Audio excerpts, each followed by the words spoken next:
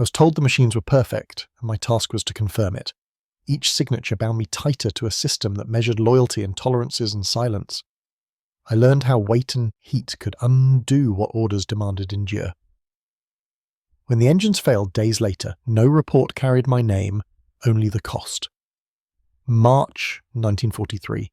The industrial sprawl of Kassel, in central Germany, hummed with activity as factories under the Reich's armaments program churned out war materiel in increasing quantities. Located within the province of Hesse-Nassau, the city had become a crucial node in the Nazi war economy. By this time, Kassel's manufacturing infrastructure had been fully repurposed to meet the growing demands of the Eastern Front. Railway lines brought in raw materials daily, and soot hung permanently in the air above the steelworks and tank assembly plants. One of the largest of these was the Henschel and Sohn facility, known for producing the Tiger Automal heavy tanks that had recently begun to appear on the front lines.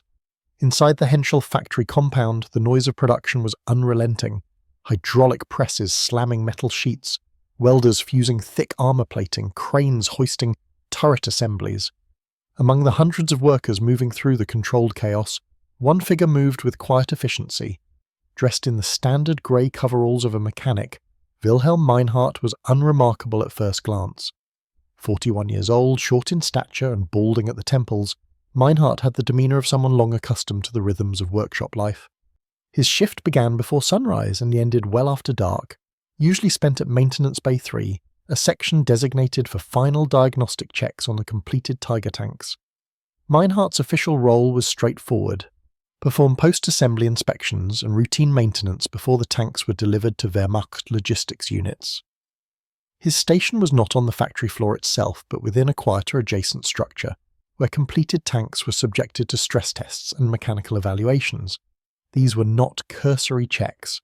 Each vehicle had to be verified as combat-ready, with special attention paid to the Maybach HL230 engine, the complex overlapping road-wheel suspension, and the traversing gear of the 88mm turret. Given the technical sophistication of the Tiger awards, the maintenance crew bore a significant responsibility in ensuring reliability under battlefield conditions. By all accounts, Meinhardt was competent and meticulous. He documented repair notes in the logbooks issued for each tank chassis, thick leather-bound volumes maintained by Reich procurement standards. These logs were archived and reviewed by both the local inspection office and later by the receiving panzer units. Any irregularity noted during the final inspection could result in production delays or disciplinary scrutiny, particularly as the regime demanded perfection in its flagship heavy armour program. It was in this bureaucratic environment of forms, checklists and technical logs that Meinhardt operated. What made him unusual was not his mechanical skill, but his silence. Unlike most others in his crew, he rarely engaged in idle conversation, even in off hours. He lived alone in a boarding house on the outskirts of Kassel, having lost his wife to illness before the war. No children, no extended family nearby. His colleagues regarded him as dependable, if somewhat distant. He had joined the factory in 1938, well before the war began, and carried himself like someone who understood machines better than people. Yet by early in 1943, signs of irregularities in the Tiger tanks inspected under Meinhardt's watch began to emerge, not in Kassel, but far to the east. In reports from Army Group Center, commanding officers had begun expressing concern over mechanical failures during routine operations. Several Tigers had been rendered inoperable within days of deployment, not due to battle damage, but from transmission failures, engine overheating, or unexplained stoppages in turret rotation. At first, such problems were attributed to the extreme conditions on the Eastern Front: mud-clogging drive systems, low-grade fuel, inadequate maintenance by field crews, but some of the failures were more curious. One Tiger tank broke down during an attempted flank maneuver near Vyazma, only to be found with its cooling fan improperly aligned, something unlikely to occur post-deployment.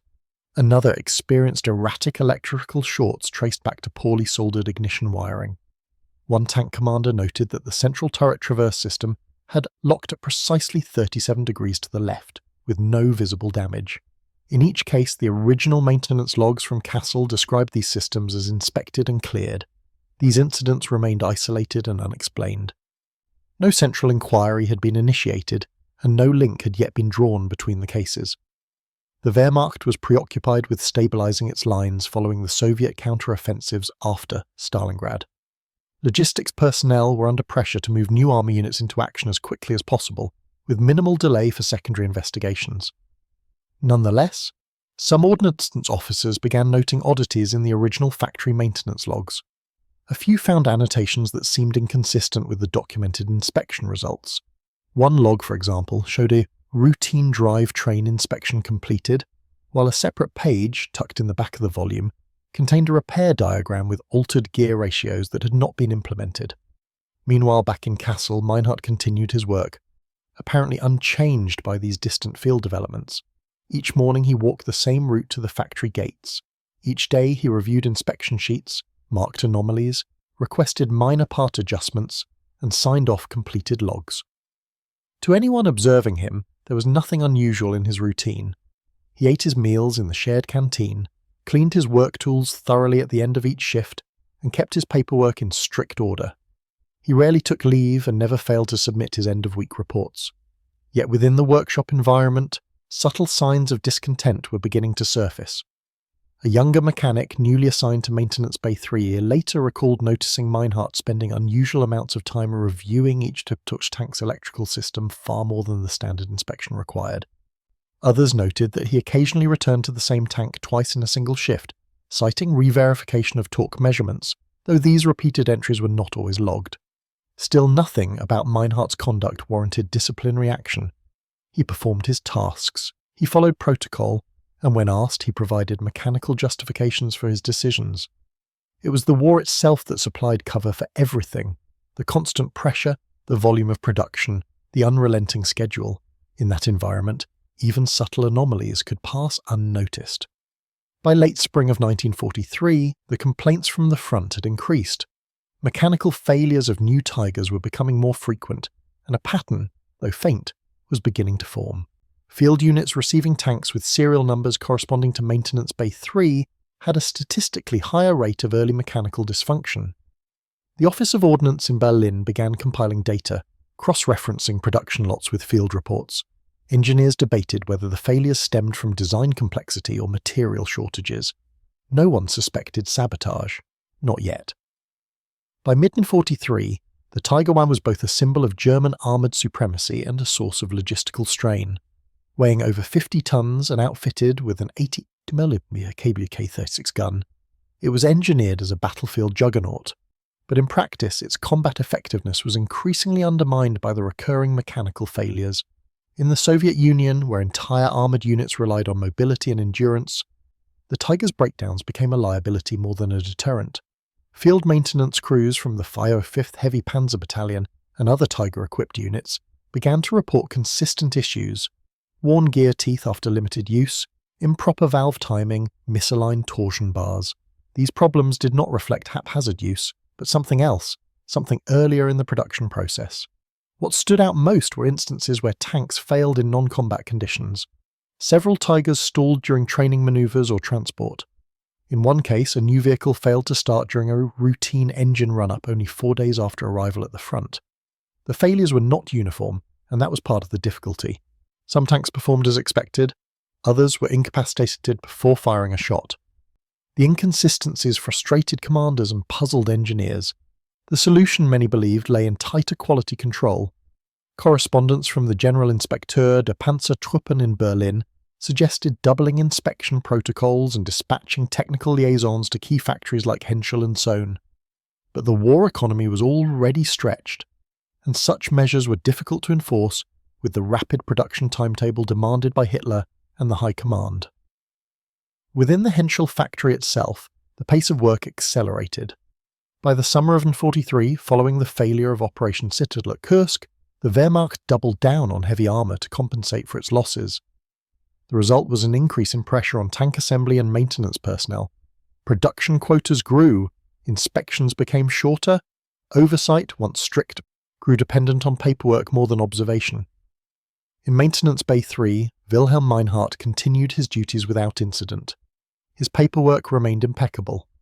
The tanks he signed off were dispatched on schedule. Yet a closer reading of the logs revealed a curious pattern. Minor annotations, sometimes on the inner back pages, occasionally on the maintenance diagrams themselves. They were technically accurate, but unusually phrased. For instance, instead of writing adjusted timing belt, Meinhardt might write timing assembly examined, interval verified, suggested delay retained. At first glance, these seemed like linguistic quirks, perhaps reflecting Meinhardt's idiosyncratic style. But over time, discrepancies emerged between the official repair checklists and the physical state of tanks on arrival. Some crews discovered parts not matching inspection descriptions. Others noted small but precise irregularities, valves installed in reversed orientation, wire harnesses not fully clamped, lubrication omitted on specific joints. Nothing severe enough to draw immediate attention, but enough to create cascading failures under battlefield conditions. In late June, a Wehrmacht logistics officer based in Lviv sent a report to Berlin suggesting a review of factory-level inspection records. The officer did not suggest sabotage. Rather, he hypothesized a localized deficiency in mechanical supervision. The request was filed, but no follow-up came. The Eastern Front demanded more immediate concerns. Personnel shortages, Soviet pressure, and a deteriorating transport network eclipsed inquiries into subtle mechanical irregularities. Yet inside Henschel, suspicion began to grow. A foreman in Meinhardt's section, Johann Streng, noticed that his weekly mechanical reports frequently overlapped with minor rework requests following Meinhardt's inspections. Though not yet fully formed, a concern began to form in Streng's mind. Meinhardt was either overcautious or deliberately tampering with machines. Lacking evidence, Streng could not justify an accusation, but he began keeping his own notes, comparing tanks cleared by Meinhardt to those cleared by others. The pattern was inconsistent but persistent. Tanks signed off by Meinhardt had a marginally higher rate of rework or field complaint. At the same time, Meinhardt's behaviour remained unchanged. He worked precisely, avoided discussion of politics, and rarely fraternized outside his unit. He accepted overtime shifts without complaint. On Sundays, he walked alone along the Fulda River and returned to his room before dusk. He owned no radio, kept no known affiliations with labour groups, and had no immediate family with whom he corresponded.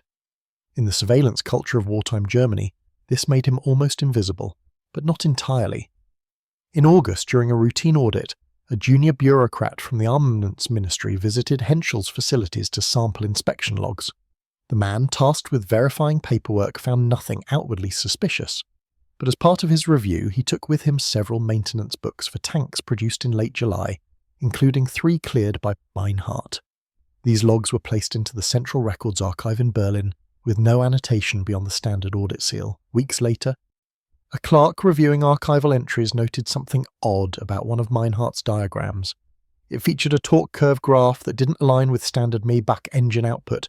Not impossible, but unusual. Upon further review, another log featured a rotational angle schematic with annotations written in mirror script, inverted and placed near the binding. One technician, idly curious, copied and reversed the note. It read, "Your strength is in their weight. Use it." No immediate action followed. The message was too cryptic, and its origin unverified. No one suggested sabotage outright, but an unspoken discomfort settled among the handful of clerks who noticed the anomaly. The logs were not destroyed or flagged, only returned to Strige. The war continued. Meanwhile, new Tiger tanks arrived at the front in Ukraine, Belarus, and the Baltic territories. Several continued to perform well, others failed within days. The Henschel plant adjusted nothing. No directive was issued, and Wilhelm Meinhardt, who each day signed off machinery destined for war, remained quiet at his station. By the early autumn of 1943, the German war effort had entered a phase of contraction rather than expansion. The loss of experienced personnel, fuel shortages, and the cumulative strain of continuous combat placed increasing pressure on every element of the military system. Armoured units, once considered decisive instruments, were now required simply to stabilise collapsing sectors of the front. Under these conditions, reliability mattered as much as firepower. It was during this period that Wilhelm Meinhardt's actions shifted from routine deviation to deliberate adjustment. The change was not outwardly visible. He continued to follow established procedures and adhered to inspection schedules. What changed was the consistency with which certain components were treated. In the months following the summer offensives, Meinhardt began focusing on systems most vulnerable to delayed failure rather than immediate malfunction.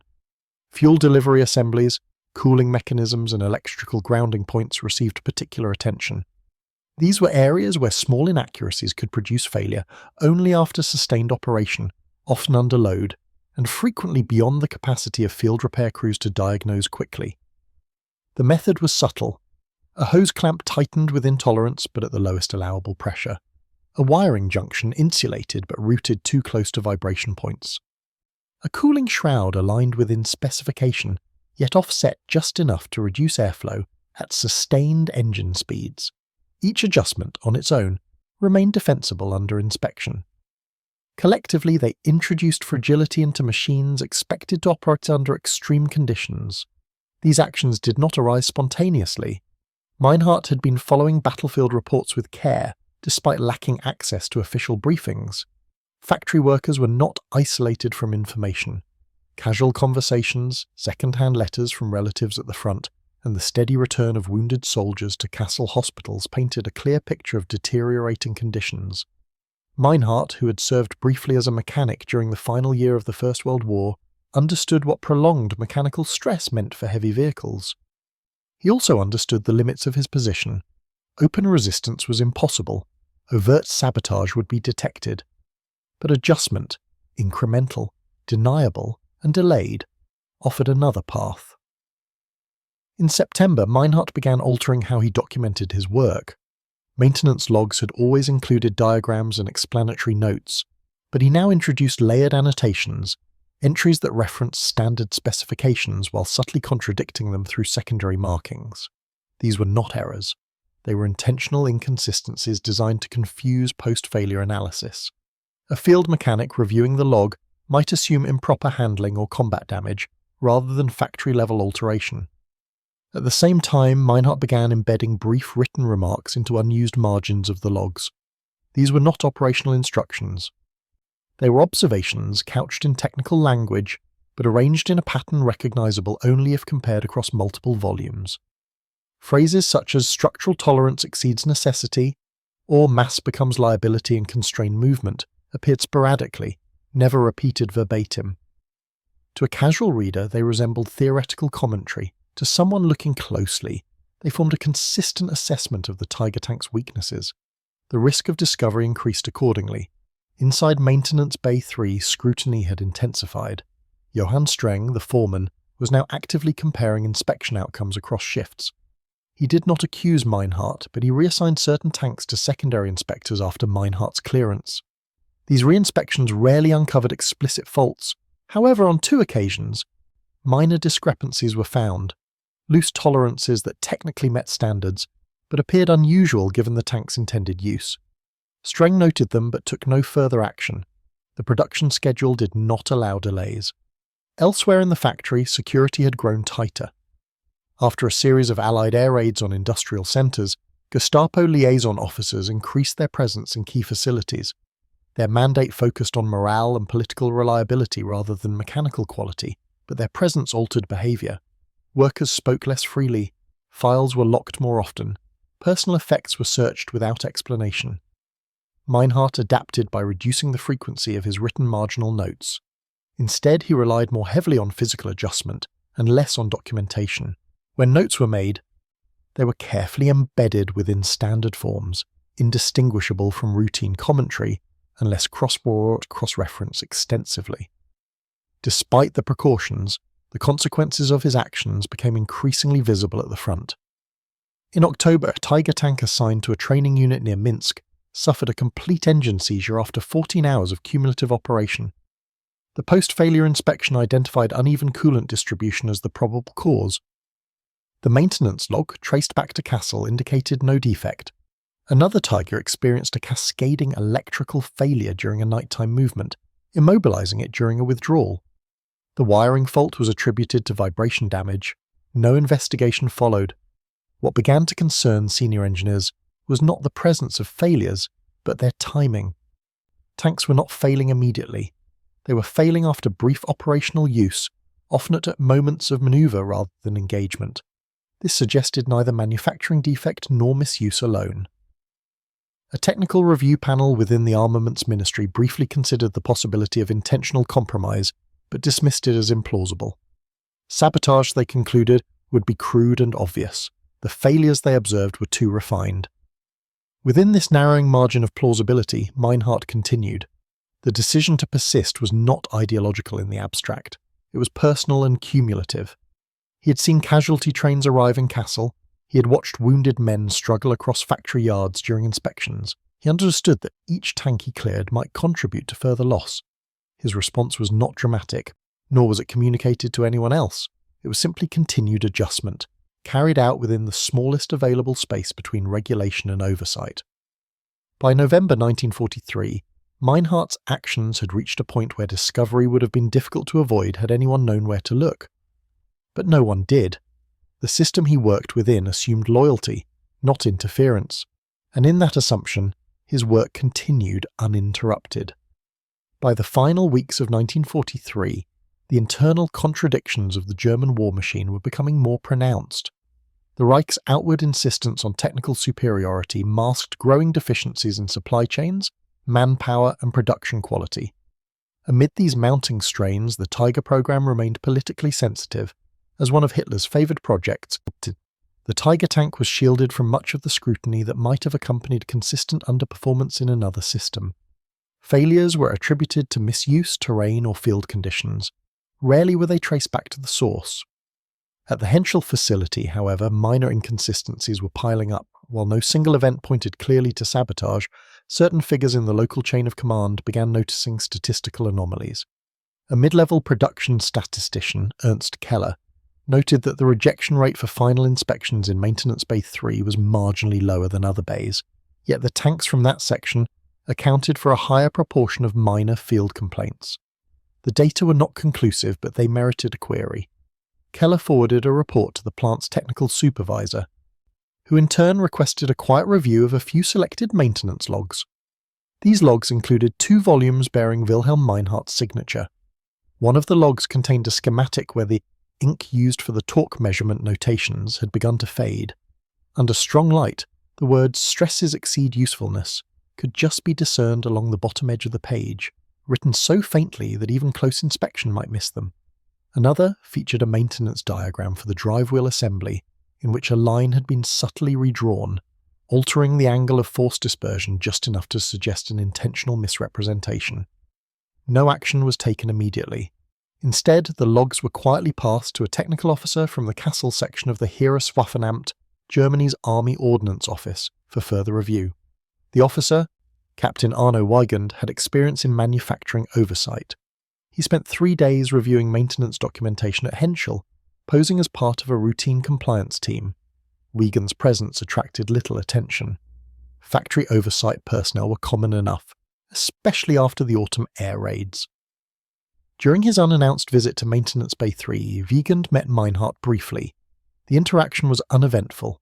Meinhardt demonstrated his routine, described his process, and answered questions without hesitation. Weigand observed no breaches of conduct, no sign of hesitation or nervousness. His report, dry, procedural, and inconclusive, stated that no evidence of gross deviation from authorized maintenance procedures was discovered. The issue, in his view, was likely systemic, the result of accumulated tolerances within an overburdened production process. Still, copies of Meinhardt's maintenance logs were retained in Berlin for archiving. Inside the factory, pressure continued to mount. In early December, a production delay in the final assembly line led to increased scrutiny of inspection schedules. Several maintenance bays were required to accelerate throughput. Meinhardt, as usual, did not protest the longer hours, but one evening, during a supervisory check by a different foreman, a completed Tiger tank in his section was returned to the line for non-conforming installation of a secondary gear plate. The component had been fitted to the specification, but a closer inspection revealed that its securing bolts were torqued asymmetrically, technically allowable but highly irregular. It was the first time Meinhardt's clearance had been formally challenged. He was asked to review the error. He did so without objection, adjusted the bolts, and re-signed the inspection form. The foreman filed no further report. Yet the event marked a subtle change. From that point on, Meinhardt began receiving periodic visits from section overseers, each asking benign questions about his process. Have you considered adjusting your workflow? Do you find the new grease formula causing more drag? The questions were framed as professional curiosity, but their frequency increased. The real turning point came not from within Henschel, but from a captured German vehicle. In January 1944, a Tiger tank abandoned by retreating forces near Kirovograd was recovered largely intact by Soviet engineers. Its mechanical condition surprised them. The tank's drivetrain had failed under relatively low stress. Disassembly revealed multiple points of preventable failure, brittle connections in the fuel lines, irregular spacing in the torsion bar brackets, and a failure in the cooling fan housing caused by a mounting bracket that had slowly cracked under vibration. While none of the faults were fatal individually, in combination they had rendered the tank inoperable. Red Army engineers, having encountered the mechanical challenges of the Tiger before, noted that this example exhibited different weaknesses, suggestive of either declining German quality control or internal sabotage. Their report, translated and passed along to British and American intelligence analysts via Lend-Lease liaison officers, added a footnote suggesting probable localized sabotage at the factory level of an indirect and technical nature. This analysis, speculative as it was, prompted further review within Allied intelligence circles. At Bletchley Park, analysts working on the intercepted German logistics transmissions began flagging maintenance codes and serial number references linked to Tiger units reporting early breakdowns. Though the intercepts were fragmentary, several were traced back to tanks produced at Kassel. Still, this information remained within intelligence channels and was not yet actionable on the ground. In Kassel, the Henschel plant received no warning of these suspicions. The Allies had not yet begun strategic bombing of the tank production sites in earnest. Meinhardt remained at Hisbekchen, but his margin of safety narrowed. By February, the factory implemented a new quality control program in which maintenance logs would be randomly cross-audited by engineers from the design bureau in Stuttgart. This presented a new problem for Meinhardt. If his embedded annotations were discovered out of context, or if a cumulative analysis of his logs was initiated, the pattern might become clear. He responded by further minimizing his marginal notes, resorting instead to symbolic marks, tiny seemingly accidental ink blots placed at precise locations on the technical diagrams. To those unaware, they meant nothing. To him, they meant everything. Then one afternoon, a member of the SS Werkschutz, an internal factory security unit, requested to speak with Meinhardt. The officer, polite but direct, asked him to clarify a discrepancy in a maintenance log submitted 3 weeks earlier. The document contained an annotation, vibration axis not corrected per design variance, that contradicted the accompanying inspection result. Meinhardt explained it as a clerical oversight. The officer nodded and made a note in his ledger. Meinhardt was not detained, not reprimanded, but from that day forward, he was aware that his work had entered a zone of visibility. He adjusted accordingly, reducing his output slightly, taking longer with each inspection, and avoiding entries that might raise linguistic suspicion. By now, the consequences of his earlier actions were being felt far from Kassel. In the Baltic Theatre, a Tiger company tasked with countering Soviet armour failed to arrive in time for a critical engagement near Narva. Mechanical delays rendered 3 tanks immobile. In southern Ukraine, another unit lost 2 tanks to transmission failure during retreat. The failures had no visible saboteur, no clear moment of treachery. But the war machines were breaking down, and someone was watching. In the spring of 1944, the strategic situation facing Germany deteriorated rapidly. Allied air power intensified its campaign against industrial centres, and Kassel itself was struck repeatedly. In October of the previous year, much of the city had been destroyed by bombing. By early 1944, reconstruction was incomplete, and factory operations were increasingly fragmented. The Henschel works continued to function, but under constant disruption. Power outages damaged rail connections and workforce depletion eroded efficiency. In this environment, internal investigations lost urgency. Survival of production capacity took precedence over administrative precision. Wilhelm Meinhardt remained at his post through these months. His role changed subtly as emergency protocols shortened inspection cycles and reassigned personnel. Some maintenance bays were consolidated, others were shuttered temporarily after air raids. Meinhardt was reassigned twice but always returned to inspection work, his experience too valuable to discard. By then, his earlier methods had already done what they could. New tanks were being rushed out with minimal oversight. The opportunity for controlled, delayed, mechanical failure diminished as standards collapsed more broadly. In May 1944, Meinhardt's name appeared on a list compiled by Factory Security. It was not an accusation, only a reference. The list included workers whose documentation showed unusual consistency deviations over extended periods. The Gestapo office in Kassel reviewed the list but took no immediate action. Resources were scarce. Counterintelligence efforts were focused on suspected organised resistance cells and foreign labour unrest. A solitary mechanic with no affiliations, no prior record, and no clear ideological statements did not rank as a priority. There is no evidence that Meinhardt was ever formally interrogated. By the summer of 1944, the Tiger I itself was being phased out in favour of newer models, and many of the remaining vehicles were already in service. The mechanical failures continued, but now they blended into a broader pattern of material exhaustion. What had once appeared anomalous became indistinguishable from systemic decline. In July, following a severe air raid that damaged several administrative buildings, the Henschel plant lost a portion of its maintenance archive. Some records were destroyed outright, others were hastily relocated. Among the displaced documents were inspection logs from late 1942 through early 1944. Whether Meinhardt's annotated volumes survived intact is unknown. Post-war reconstruction inventories do not list them. Meinhardt himself disappeared from factory records in September 1944. His personnel file ends with a brief notation: Arbeitsverhältnis beendet, Evakuierung, employment terminated due to evacuation. Kassel was being cleared of non-essential civilians and older workers as the front approached. No transfer location was listed, no follow-up documentation exists. What happened to him afterward remains unclear. There are no confirmed records placing him in a Volkssturm unit, nor in a displaced persons camp. He does not appear in post-war denazification files, nor in compensation registries. He left no memoirs, no testimony, no correspondence that has been recovered. If he spoke of his actions, he did so to no surviving audience. In the immediate post-war years, Allied investigators examined German armoured production in detail. Reports focused on design flaws, resource shortages, and mismanagement. Sabotage was acknowledged as a general phenomenon, particularly among forced labourers, but no specific case involving Tiger tank maintenance logs was identified. The failures were attributed to complexity, an over-engineering goal, conclusions supported by surviving technical evidence.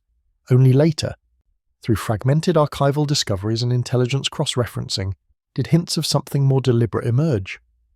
A British intelligence summary from 1946 referenced isolated indications of technical interference at the factory inspections today, but noted insufficient evidence to pursue individual responsibility. Soviet technical analyses mentioned non-random defect clustering in late production Tigers, though no source was named. These observations remained footnotes. What remains today is a pattern rather than a confession.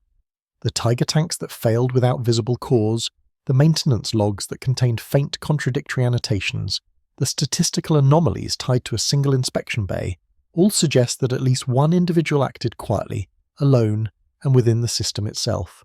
Not to destroy machines outright, but to weaken them just enough that their weight, complexity, and strain would do the rest.